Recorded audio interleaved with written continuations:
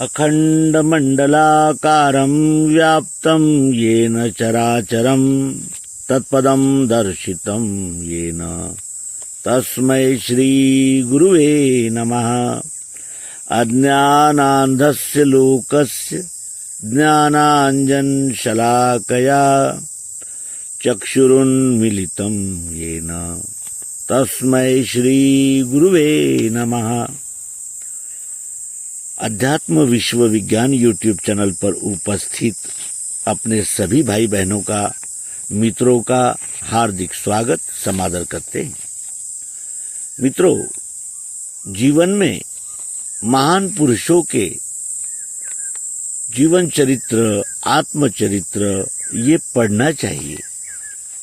उन्होंने प्राप्त किए हुए अनुभव, उनके विचार, उनकी कृतियां और उनका दृष्टिकोण, ये जानने पर हमें उचित क्या है, अनुचित क्या है, अपने लिए योग्य क्या है, किस तरह हम अपने यानी विचारों में परिवर्तन ला सकते हैं, अपने जीवन यापन में परिवर्तन ला सकते हैं, अपने मानसिकता में परिवर्तन ला सकते हैं। और ये कार्य भारत में ऋषि मुनि, साधु, संत, महात्मा से लेकर अवतार तक सब ने किया और इस विश्व को वही एकात्मता की दीक्षा, शिक्षा अपने आचरण से, अपने कर्तृत्व से और अपने विचारों से इस जगत को दिया। ऐसे ही संत श्री टुकड़ो जी महाराज, जो विदर्भ की भूमि से आते हैं, महाराष्ट्र में जिनका जन्म हुआ और उनका जीवन कार्य अत्यंत प्रेरणादायी है और स्वातंत्र पूर्व काल में उनके इस प्रयास को हम अवश्य ही ये ध्यान में लाकर देखें कि उस समय परिस्थिति क्या थी। जनमानस को जगाने का केवल गीत गायन और अभंग इस प्रकार से ही जागृति दी जा सकती थी, क्योंकि शास्त्र संस्कृत में बंदिस्त थे और जो शिक्षित वर्ग था वो आधुनिकता को प्राप्त करने के पीछे दीवाना हो गया था।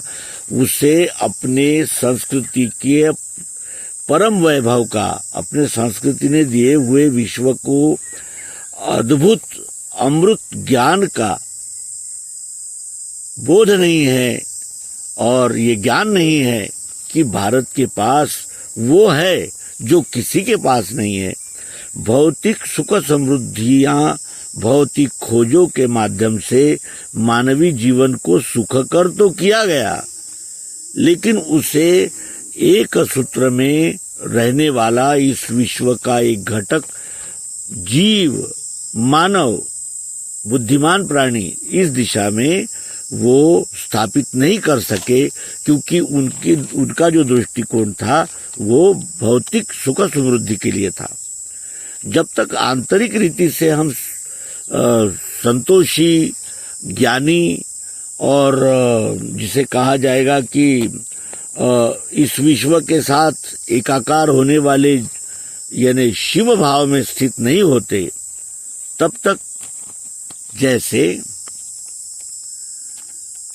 एक समय के बाद ये हमारे ध्यान में आता है कि जो अब तक हम कर रहे थे उसमें सार नहीं था।